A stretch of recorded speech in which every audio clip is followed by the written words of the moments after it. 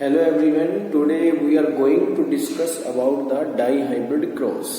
In last lecture we have done monohybrid cross in which we have taken only one character. In this dihybrid cross we will take two characters and these two characters are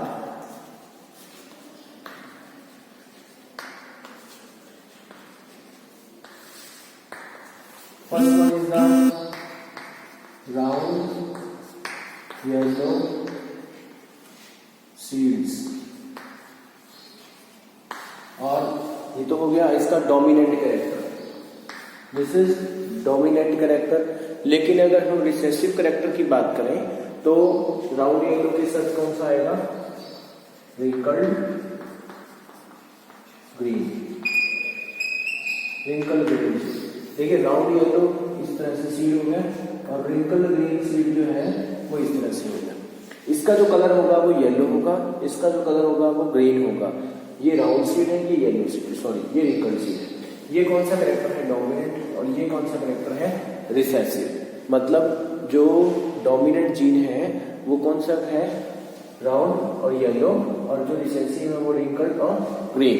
यानी कि colour के लिए और seed की shape के लिए जो responsible है उन जीन्स की हम बात कर रहे हैं, उन कैरेक्टर्स की हम बात कर रहे हैं. अगर डेफिनेशन पूछे कि व्हाट इज डाईहाइब्रिड क्रॉस, तो डाईहाइब्रिड क्रॉस क्या है? In which we have to take two characters, जिसके अंदर हम दो कॉन्ट्रास्टिंग कैरेक्टर लेते हैं. क्या लिया? एक तो शेप ऑफ द सीड ले लिया और दूसरा कलर ऑफ द सीड ले लिया. तो ये तो है आपके mainly dominant and recessive character. तो सबसे पहले जो मेंडल ने किया वो किया क्या? उसने एक क्रॉस करवाया. किसके किसके बीच में? राउंड येलो सीड्स के बीच में और रिंकल्ड ग्रीन सीड्स के बीच में. In dihybrid cross we will take RR YY and RR YY. ये RR YY क्या है? ये प्योर प्लांट के लिए हम यूज करते हैं. ये यानी कि इसके अंदर जो जीन्स हैं वो प्योर फॉर्म में है. मीन्स कहने का मतलब ये है कि इसके अंदर कोई रिसेसिव जो जीन है वो नहीं है. तो ये प्योर राउंड येलो है क्योंकि इसमें दोनों ही जीन्स कैसे हैं? डोमिनेंट. और ये क्या है? Wrinkled green. Wrinkled green. ये हमने क्या ले लिया? Wrinkled green. ये जो है वो क्या हो गए? ये फैक्टर्स. ये फैक्टर्स है. ठीक है. अब हम इसके गैमेट्स बना लेते हैं. क्या गैमेट्स बनेंगे? RY RY. इसके क्या बनेंगे? RY RY. ये क्या बन गए? गैमेट्स. अब गैमेट्स का इसका क्या मतलब है? देखिए इसका मतलब ये है कि मैक्सिमम पॉसिबल केस क्या बन सकते हैं? ये दो गैमेट्स ही बन सकते हैं. RY, एक R ये ले लिया, एक Y ये ले लिया. यानी कि एक जीन ये ले लिया, एक ये ले लिया, फिर एक ये ले लिया, एक ये ले लिया. ये दो ही हमारे पास क्या बन सकते हैं? गैमेट्स बन सकते हैं. कई स्टूडेंट्स का ये क्वेश्चन होता है कि हमने कैपिटल R क्यों नहीं लिया? देखिए हम जो सीड ले रहे हैं उसमें दोनों तरह के जीन्स होने जरूरी हैं क्योंकि हम दो कैरेक्टर्स को लेके चल रहे हैं. एक राउंड और एक येलो. ये राउंड, ये येलो. ये रिंकल्ड ग्रीन, रिंकल्ड ग्रीन. तो हमने दो गैमेट्स बना लिए. अब इन गैमेट्स का ही आपस में क्या करवाना है? हमने क्रॉस करवाना है. तो जब हम इसका फ्यूजन करवाएंगे, क्रॉस करवाएंगे, तो इसका क्रॉस इसके साथ करेंगे तो क्या आएगा? RR YY. इसका इसके साथ करेंगे तो RR YY. इसका इसके साथ करेंगे RR YY. और इसका इसके साथ करेंगे तो RR YY. ये हमारे पास क्या आ गई? इसकी F1 जनरेशन. इसको क्या बोलेंगे हम? F1 generation. अब हम देख रहे हैं कि F1 जनरेशन में हमारे पास 1 2 3 चार तरह के सीड्स हमें ऑब्टेन हुए हैं जो कि राउंड और येलो है क्योंकि सभी के अंदर डोमिनेंट जीन है. ये डोमिनेंट, ये डोमिनेंट. तो ये दोनों डोमिनेंट होने की वजह से ये क्या बनेगा? राउंड और येलो सीड्स बनेंगे. चारों ब्रांच के अंदर। लेकिन ये तो आ गई आपके पास F1 जनरेशन। हमने कौन सी जनरेशन ऑब्टेन कर दी है इसके बाद? F2 generation. तो हम F1 जनरेशन के जो हमें सीड्स ऑब्टेन हुए हैं उसी के हम अंदर हम क्या करेंगे, उसका सेल्फ पॉलिनेशन करेंगे।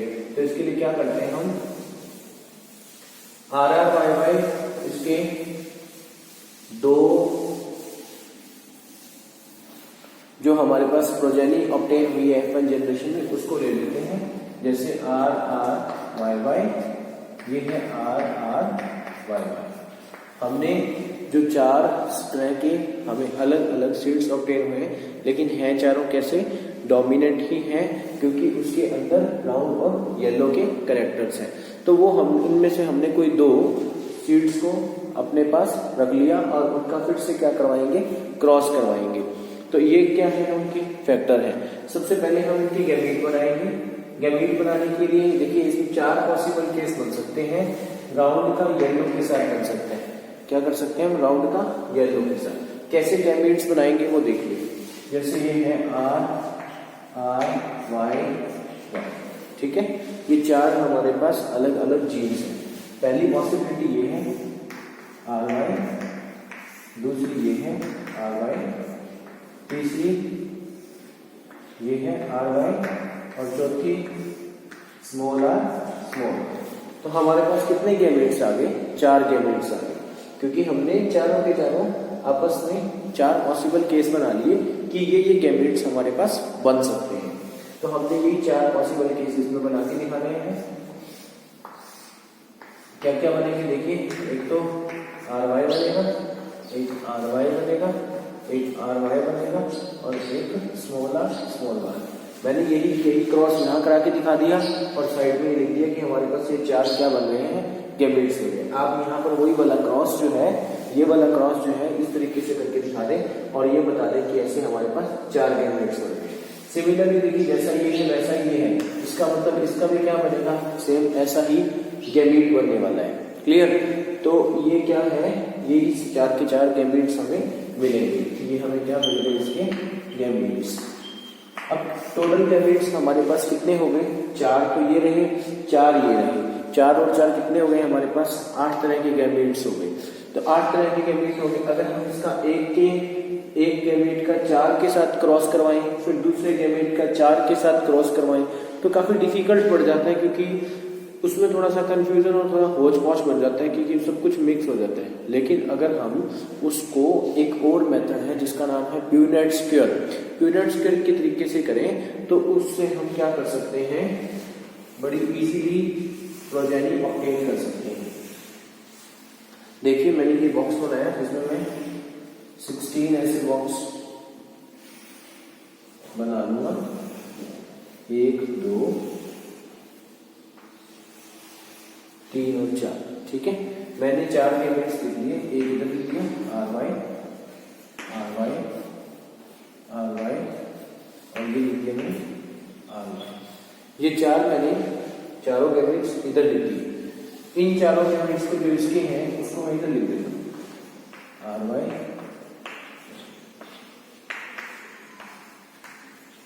ठीक है। अब मेरा पहले भी यही सिस्टम था कि हमने एक गैमेट को बाकी चारों गैमेट के साथ क्रॉस करवाना है, तो इसमें भी वही रहेगा।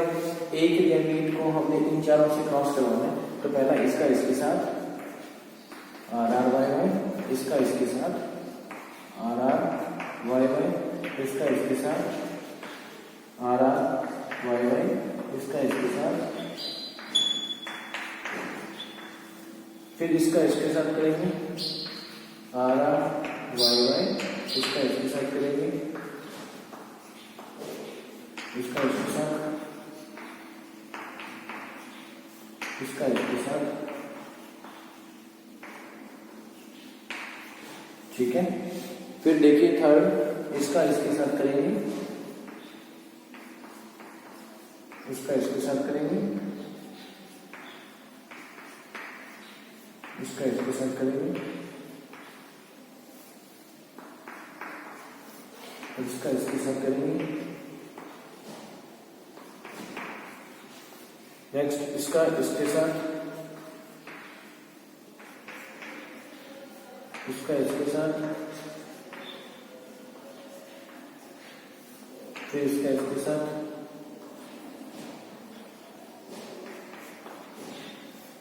और ये लास्ट।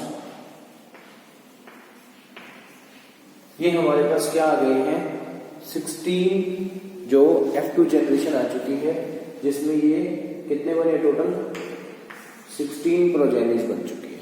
ठीक है, 16 प्रोजेनी हमारे पास ये सामने आ चुकी है।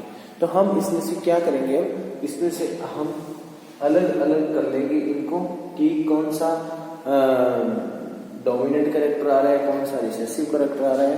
तो हमारे पास ऐसे 4 तरह के सीड्स आएंगे जिनको मैं अभी लिखता हूं, कौन कौन से हैं वो देखिए इधर।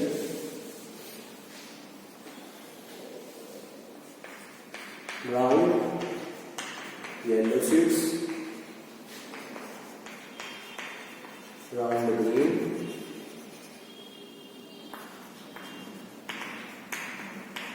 wrinkled येलो,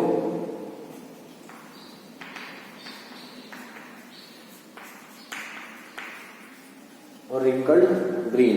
हमारे पास 4 पॉसिबल केस आएंगे इसमें से। अभी मैं आपको एक एक करके एक्सप्लेन करूंगा कि किस तरीके से हमारे पास 4 अलग अलग सीड्स आ रहे हैं। देखिए अब हम देखते हैं राउंड येलो सीड्स इसमें कौन कौन से बने हैं। देखिए एक तो ये round yellow, 1 round yellow, 2 round yellow, 3 round yellow, 4। क्योंकि देखिए एक R एक Y, एक कैपिटल R होना चाहिए और एक मिनिमम कैपिटल Y होना जरूरी है डोमिनेंट जीन के लिए। तो 4 ये हो गया, 5 ये, 6 ये, 7 ये क्या हो गया, 8 के बाद ये 9। ठीक है, ये कितने आ गए हमारे पास 9। ये कितने ऐसे प्लांट्स हैं, यानी कितने ऐसे सीड्स आ गए हमारे पास 9। इसके बाद राउंड ग्रीन सीड्स कितने हैं, देखिए राउंड ग्रीन पहला, राउंड ग्रीन दूसरा, ठीक है, और राउंड ग्रीन ये क्या आ गया तीसरा। अब ग्रीन के लिए मैंने क्या किया, स्मॉल y को देखना है और एक कैपिटल R को, क्योंकि ये तो डोमिनेंट कैरेक्टर है और ये रिसेसिव कैरेक्टर है। रिसेसिव के लिए दोनों जीन में कैसी होनी चाहिए, एक जैसी होनी चाहिए। तो हमने राउंड ग्रीन को कर लिया इस तरीके से। फिर हम करते हैं रिंकल्ड येलो। रिंकल्ड के लिए क्या होना चाहिए, हमारे पास 2 तो स्मॉल r होने चाहिए और एक कैपिटल Y मिनिमम होना चाहिए।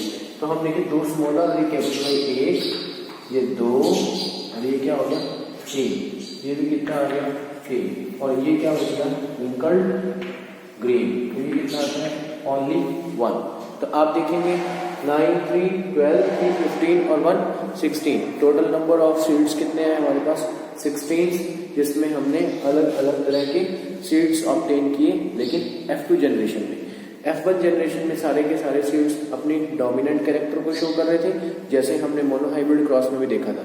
लेकिन अगर हम बात करें कौन से क्रॉस की, F2 क्रॉस की, तो इसमें जो है रिसेसिव कैरेक्टर भी क्या आता है आपके सामने आ जाता है। अब इसमें सबसे पहले हम फिनोटिपिक रेशियो की बात करेंगे।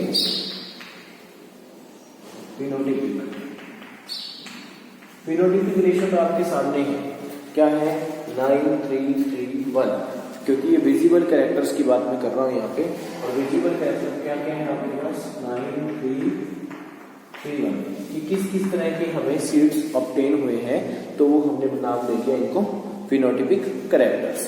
लेकिन अगर हम जीनोटिपिक कैरेक्टर्स की बात करें तो उसकी रेशियो क्या होती है 1:2:1, 2:2:4, 2:1,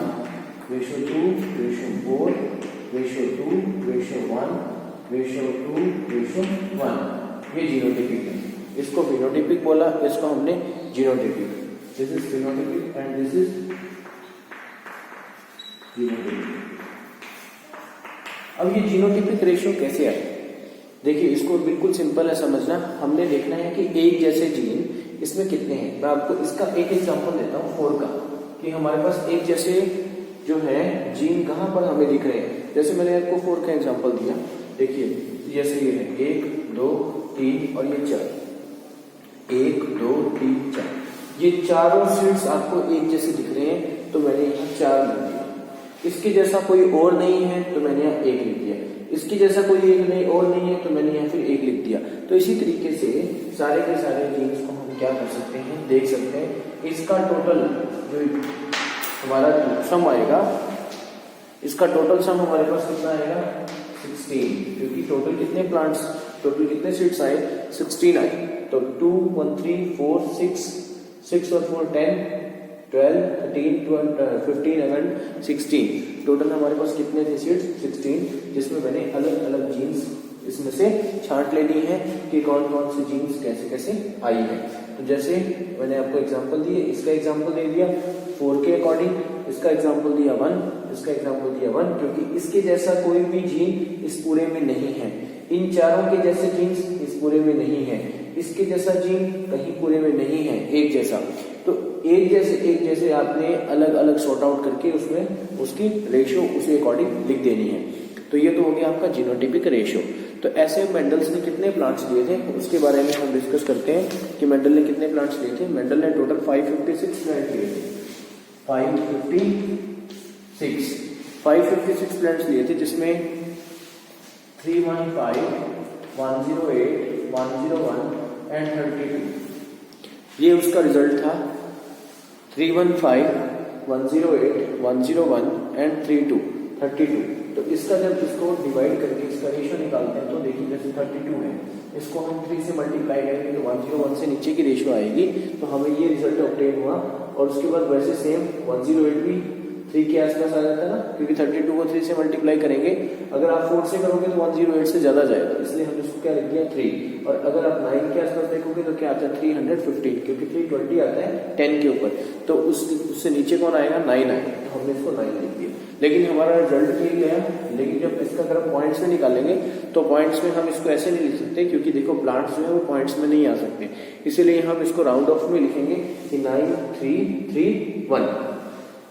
ये क्या हो गया आपका मेंडल का डाई हाइब्रिड क्रॉस। इसके अंदर जो इसको मिला वो क्या मिला रिजल्ट 9331 का, यानी कि चारों कैरेक्टर्स अलग अलग तरीके से इसके सामने आए हैं, round yellow, round green, wrinkled yellow, wrinkled green. तो इसमें ये आपको सारा आपने स्टडी कर लिया। ये आपका क्या हो गया डाई हाइब्रिड क्रॉस कंप्लीट। इसके जो लॉज हैं वो हम एक एक करके अब करेंगे। नेक्स्ट जो हम लॉ की बात कर रहे हैं उसका नाम है लॉ ऑफ डोमिनेंस। नाम से समझ में आ रहा है डोमिनेंस। डोमिनेंस का मीनिंग क्या हुआ कि कोई ना कोई ऐसा कैरेक्टर होगा जो एक के ऊपर क्या अपने आप को शो करेगा डोमिनेट, यानी कि उसका इफेक्ट उसके अंदर शो होगा। जैसे हम बात कर चुके हैं टी और टी की, capital T dominant, small T recessive. तो इसका मतलब ये जो लॉ बना है वो इसी के रिगार्डिंग है जो हमने अभी अभी मोनोहाइब्रिड और डाईहाइब्रिड क्रॉस किया था। तो इसमें क्या बोलता है कि when parent plant are pure for contrasting traits only one form of the trait will appear in the next generation. जैसे एग्जांपल लेते हैं, देखिए T T and small t. ये जो है ये कॉन्ट्रास्टिंग ट्रेट है इसके, ये डोमिनेंट के कॉन्ट्रास्टिंग ट्रेट्स हैं और ये किसके ट्रेट हैं रिसेसिव के।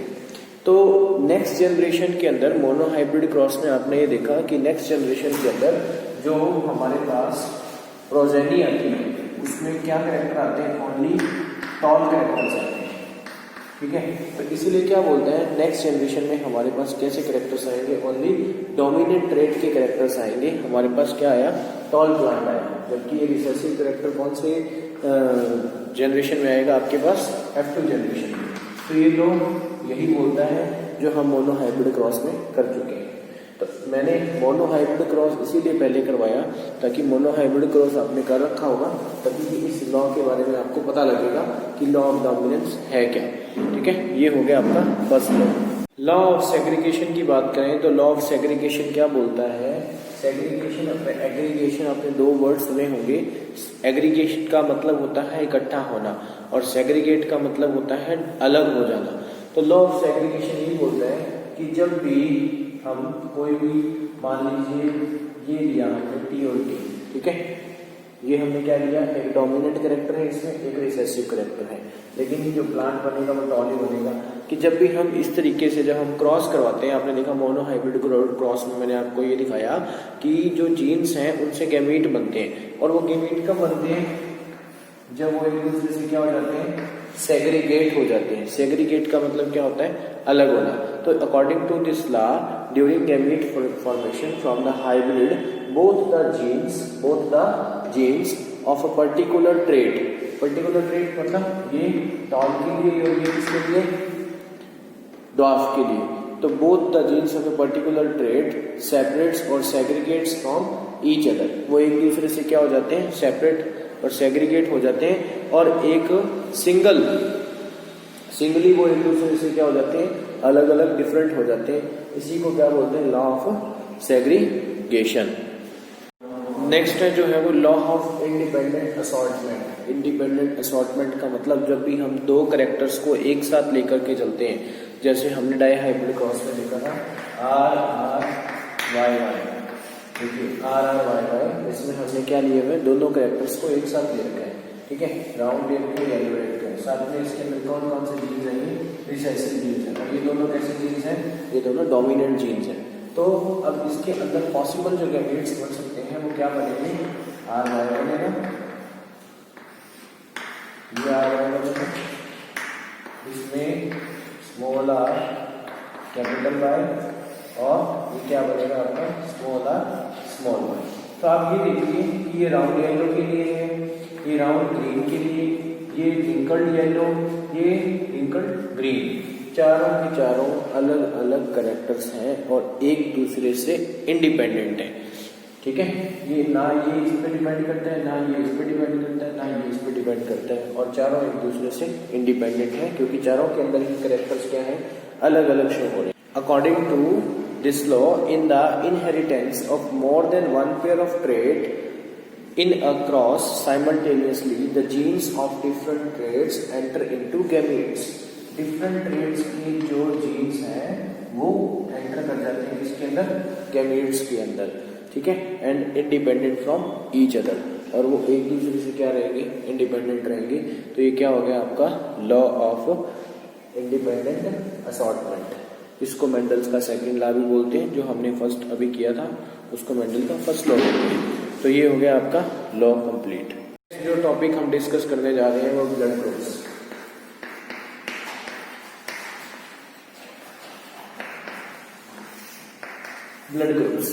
ब्लड ग्रुप्स आपको पता है कौन कौन सा ब्लड ग्रुप है?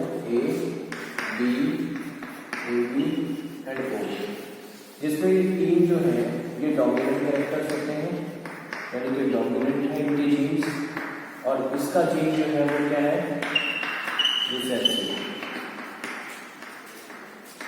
ये तीन जो है वो डोमिनेंट है और ये क्या है? रिसेसिव है। जब ए बी डोमिनेंट है तो ए बी क्या मिलेगा आपको? डोमिनेंट मिलेगा। ये जो ग्रुप है ये ऑलवेज एक्सेप्टर ग्रुप रहता है, यानी कि सब में क्या कर सकता है? ब्लड को रिसीव कर सकता है, एक्सेप्ट कर सकता है, क्योंकि इसमें कोई भी एंटीजन नहीं मिलेगा। ये ए से भी ले सकता है, ये बी से भी ले सकता है, ये ओ से भी ब्लड दे सकता है, और ये क्या है? ओ डोनर। इस ग्रुप को हम डोनर ग्रुप भी बोलते हैं। ये सबको डोनेट कर सकता है, क्योंकि इस ओ का एंटीजन किसी में भी नहीं है। तो ये क्या बोलते हैं कि जो डोमिनेंट कैरेक्टर को शो करते हैं वो जीन्स है हमारी IA ग्रुप ऑफ। मैंने आपको जो जितने भी अभी तक क्रॉस करवाए हैं उन सब में हमने जो जीन्स ली हैं वो पेयर्स की फॉर्म में ली है। तो इसमें जो जीन है वो हमने ली है IA। ए क्या है? इसके ब्लड ग्रुप के लिए लिया है मैंने A, IA और IA। ये पॉसिबल केस क्या हो सकता है? या तो ये हो सकता है, अब ये रिसेसिव ट्रेट इसके साथ है तो IA और IO हो सकता है, ठीक है? ये क्या बन सकता है? IAIO। इसमें जो ब्लड ग्रुप बनेगा वो हमेशा क्या बनेगा? A बनेगा। जैसे मैं एक एग्जांपल देके दिखाता हूँ आपको कि जैसे हमने T और T लिया था, तो दोनों के केस में जो प्लांट बना था वो कैसा बना था? टॉल बना था। तो इसी केस में सेम वही है, देखिए ये AA, ये TT, ये AO, ये कैपिटल T स्मॉल t। तो इसी तरीके से ये कैसा बनेगा? ये भी A ब्लड ग्रुप बनेगा। सिमिलरली हम B की बात करें तो जो B ब्लड ग्रुप है वो क्या बनेगा? IB या IBIO। AB की बात करें तो IAIB, ठीक है, इसमें ओ वाला केस नहीं आएगा क्योंकि ए बी बनाने के लिए दोनों ही जीन्स हमारे को क्या लेने पड़ेंगे, डोमिनेंट। इसमें एक जीन क्या ले सकते हैं, रिसेसिव, या दोनों जीन क्या ले सकते हैं, डोमिनेंट। रिसेसिव की बात करें तो आई ओ, ठीक है, क्योंकि ये कैसा ट्रेट है, ये रिसेसिव ट्रेट है। तो हमने इसमें जैसे स्मॉल टी की बात करते हैं वैसे ही ये क्या है, आई ओ, यानी कि दोनों ही जीन्स क्या रहेंगे, इसके सेम रहेंगे। अब a set of gene is called alleles, इनको एलील्स बोलते हैं सेट ऑफ जीन को, जो मैंने आपको शो किए हैं। तो इससे हम क्या कर सकते हैं, किसी भी जो ऑफस्प्रिंग है उसका ब्लड ग्रुप फाइंड आउट कर सकते हैं with the help of cross. अभी मैं जैसे एक क्वेश्चन आपको बताता हूं, इसके अंदर क्या बनता है।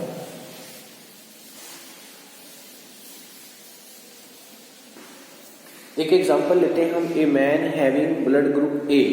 अब ब्लड ग्रुप जो ए है वो दो केस होते हैं, या तो उसका होगा आई ए, या उसका होगा आई ओ, क्योंकि दो पॉसिबिलिटीज बनती हैं, या तो ए ब्लड ग्रुप में दोनों ही डोमिनेंट जीन होंगे, या एक रिसेसिव और एक डोमिनेंट जीन होगा। उसकी marriage with a woman having blood group O, उसका जो मदर का ब्लड ग्रुप है वो ओ है, ठीक है। इसमें दोनों ही जीन्स हम क्या लेंगे, रिसेसिव, यानी कि उसकी जो शादी होती है वो किसके साथ होती है, उस लेडीज के साथ जिसका ब्लड ग्रुप क्या है, ओ है, ठीक है। अब इसका क्रॉस करके देखेंगे हम कि किस तरीके से जो बेबी का ब्लड ग्रुप है वो क्या होगा। तो what will be the blood group of the child. तो चाइल्ड का ब्लड ग्रुप चेक करने के लिए हम क्या कर सकते हैं, या दोनों ही क्रॉस करके देखने पड़ेंगे, ए का ओ के साथ और आई ए ओ का ओ के साथ। तो हम सबसे पहले उनका ही क्रॉस करके देख लेते हैं, ए ब्लड ग्रुप का और ओ का। तो इसमें पॉसिबिलिटी क्या बनती है, ए की बनती है, क्योंकि जब इसका इसके साथ करेंगे तो ए ओ आएगा, that means A blood group, इसका फिर से ए ब्लड ग्रुप, इसका नेक्स्ट, इसके बाद इन दोनों का ही हम क्या चारों का देखेंगे तो इसका ए, इसका भी ए, इसका ए और इसके साथ भी ए बनेगा। चारों के केस में ए ब्लड ग्रुप बनता है। लेकिन अगर मान लो इसका जो जीन है एक रिसेसिव है ये वाला, और इस केस में अगर हम करवाते हैं तो 3 केस तो ए के बनेंगे, 2 केस तो क्या बनेंगे, ए के बनेंगे, और ये 2 केस क्या बनेंगे, ओ के बनेंगे। वो कैसे बनेंगे देखिए, ए और ओ का ट्रायंगल ए बन जाएगा, ए और ओ का ट्रायंगल फिर ए बनेगा, ओ का ट्रायंगल फिर ओ बनेगा, और इसका ओ का ट्रायंगल फिर से ओ बनेगा। यानी कि 50-50% चांस है ओ ब्लड ग्रुप भी बच्चे का हो सकता है और ए ब्लड ग्रुप भी बच्चे का हो सकता है। तो ये था आपका ब्लड ग्रुप कि कैसे हम ब्लड ग्रुप को डिटरमाइन कर सकते हैं। नेक्स्ट जो टॉपिक हम बात करने वाले हैं उसका नाम है सेक्स डिटरमिनेशन।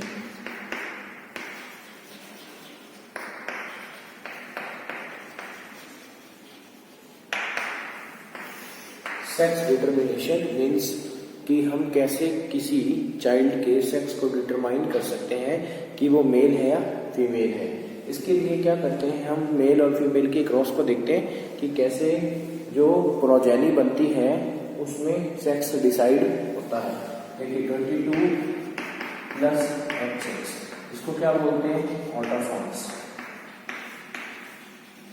और ये 2 क्या होते हैं इनके, सेक्स क्रोमोसोम्स, जो बेबी का क्या डिसाइड करेंगे, सेक्स। ये फीमेल है,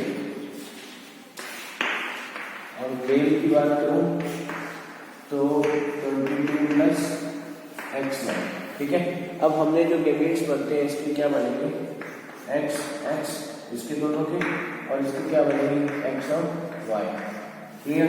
तो अब देखिए फर्स्ट इसका इसके साथ कराएंगे, XX बन गया, इसका इसके साथ कराएंगे XY, इसका इसके साथ कराएंगे XX, और इसका इसके साथ कराएंगे क्या बन जाएगा, XY। तो हमने ये देखा कि 2 केस पॉसिबिलिटी क्या बनती है, 50% बॉय की और 50% गर्ल की, ये पॉसिबिलिटी बनती है। दैट मीन्स अगर हम रिस्पॉन्सिबल माने किसके लिए, बॉय के लिए, ये बॉय हो गया, ये क्या हो गई, गर्ल। अगर हम रिस्पॉन्सिबिलिटी माने किसकी, बॉय की, तो वो रिस्पॉन्सिबिलिटी किसकी है, मेल की, क्योंकि मेल के अंदर ही क्या मिलता है, Y क्रोमोसोम्स, क्योंकि फीमेल में क्या होते हैं, दोनों ही X क्रोमोसोम्स। तो इसीलिए जो बॉय की रिस्पॉन्सिबिलिटी है वो किसकी रहती है? हमेशा फादर की। मदर की कोई रिस्पॉन्सिबिलिटी नहीं होती सेक्स के लिए कि लड़का होगा कि लड़की, क्योंकि जब तक वाई क्रोमोसोम्स इसके अंदर नहीं आएगा तब तक वाई नहीं हो सकता, और वो वाई क्रोमोसोम किसके अंदर होता है? मेल के अंदर। लेकिन कुछ एक ऐसे ऑर्गेनिजम्स भी हैं जिनका क्रोमोसोम से कोई लेना देना नहीं है, तो वो क्या करते हैं? वो according to temperature sex determine करते हैं। जैसे रिजल्ट की बात करें, अगर टेम्परेचर हॉट होगा तो मेल होगा, और अगर टेम्परेचर कूल होगा मतलब क्या होगी? कोल्ड, तो उस केस में क्या होगी? फीमेल। लेकिन अगर इसके अपोजिट केस की बात करें, टर्टल की,